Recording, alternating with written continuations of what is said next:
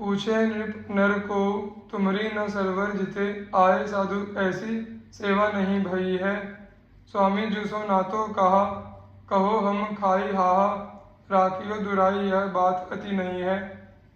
हुते एक ठौर नृप चाकरी में, तहाँ इन कियोई बिगार, मारी डारो आज्ञा दई है। राखे हम हितु जानी, लय निदान हाथ पाँव, वाही के ईशान, अब हम भरी लई है। फाटी गई भूमि सब, ठग वे समाई गए, भय ये चकित दौड़ी स्वामी जी पे आए हैं। कही जिति बात सुनी, गात गात कांपी उठे, हाथ पाँव मीड़े, भय ज्यों के त्यों सुहाए हैं। अचरज दो नृप पास जा प्रकाश किए, जे एक सुनी आए, वही ठौर धाये हैं। पूछे बार बार शीस, पायनी पे धारी रहे, कहिए उघारी, कैसे मेरे मन भाए हैं। राजा अति आरी गही कही, सब बात खोली निपट, अमोल यह संतन को वेश है। कैसो अपकार करे तो तव उपकार करे, ढरे रीति अपनी ही सरस सुदेश है। साधुता न तजे कभू, जैसे दुष्ट दुष्टता न, यही जानी लीजिए, मिले रसिक नरेश है।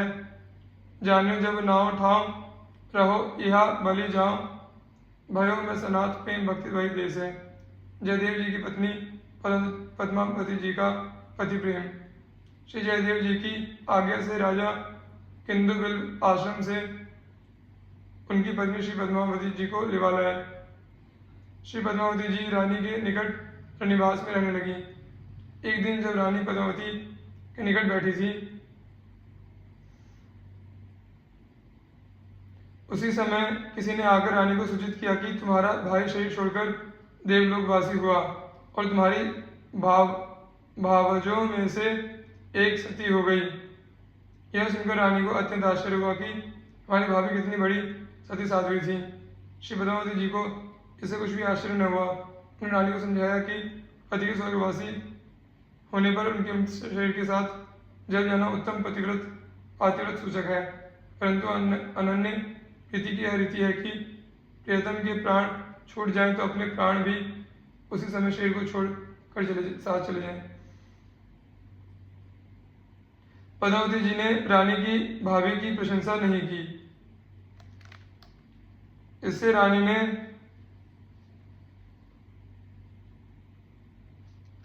व्यंग करते हुए कहा कि आपने जैसी पतिव्रता बताई, ऐसी तो केवल आप ही हो।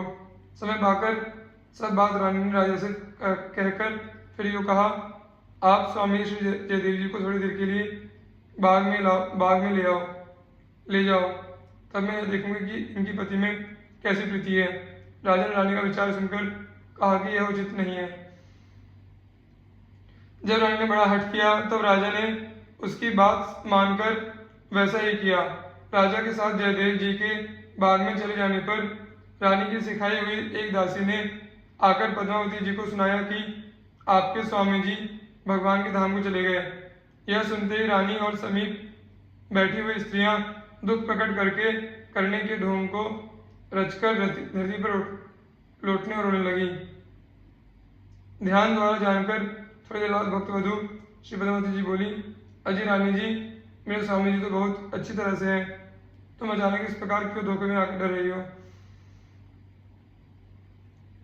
रानी की माया का श्री पद्मावती जी पर कुछ प्रभाव नहीं हुआ, भेद खुल गया। इससे रानी को बड़ी लज्जा हुई। जब कुछ दिन बीत गए तो फिर दूसरी रानी ने उसी प्रकार तैयारी करके माया जाल रचा। श्री पद्मावती जी अपने मन में समझ गई कि रानी परीक्षा लेना चाहती है तो परीक्षा दे ही देना चाहिए। इस बार जैसे किसी दासी ने आकर कहा, जी स्वामी जी तो प्रभु को प्राप्त हो गए, वैसे झट प्रति प्रेम से परिपूर्ण होकर श्री पद्मावती जी ने अपना शरीर छोड़ दिया। इनके मृतक शरीर को देखकर रानी का मुख कांतिहीन सफेद हो गया।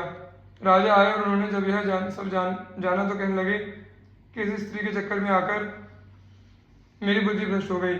अब इस पाप का यही प्रायश्चित है कि मैं भी जल मरूं। श्री जयदेव जी को जब यह समाचार मिला तो वे दौड़कर वहां पर आए और मरी हुई पद्मावती को तथा मरने के लिए तैयार राजा को देखा। राजा ने कहा कि इनको मृत्यु मैंने दी है। जयदेव जी ने कहा, तो अब तुम्हारे जलने से जीवित नहीं हो सकती है, अतः तुम मत जलो। राजा ने कहा, महाराज अब तो मुझे जल ही जाना चाहिए, क्योंकि मैंने आपके सभी उपदेशों को धूल में मिला दिया।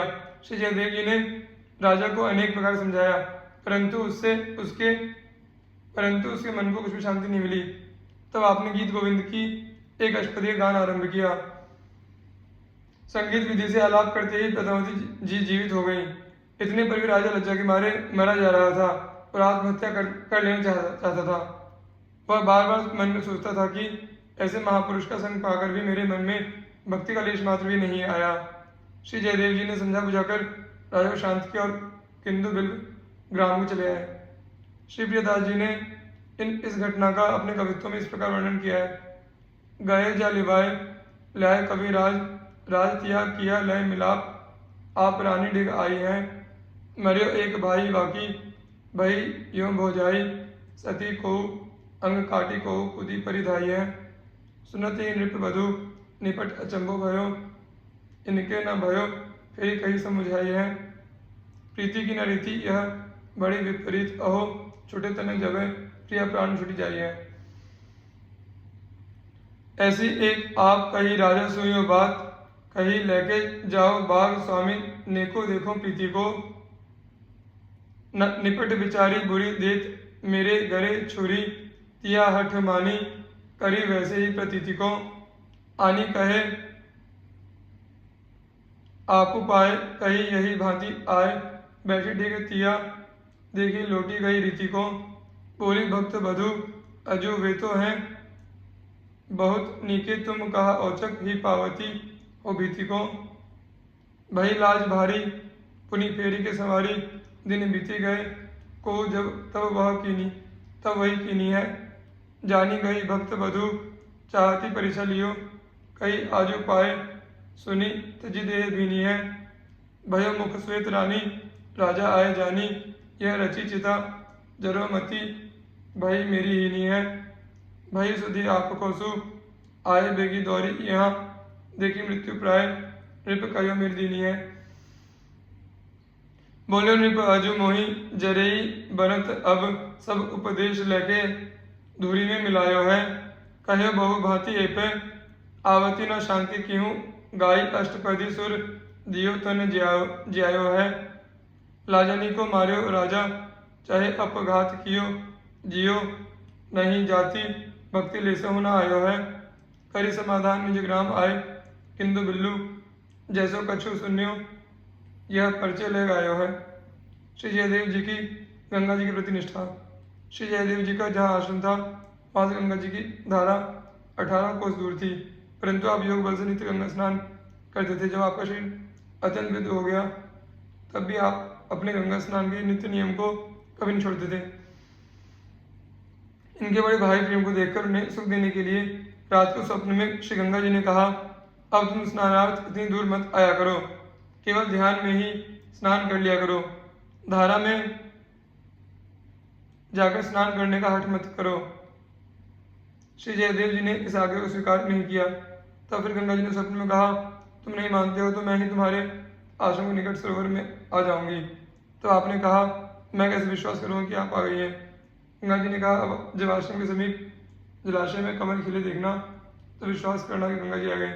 ऐसा ही हुआ, खिले हुए कमलों को देखकर श्री जयदेव जी ने वहीं स्नान करना आरंभ कर दिया।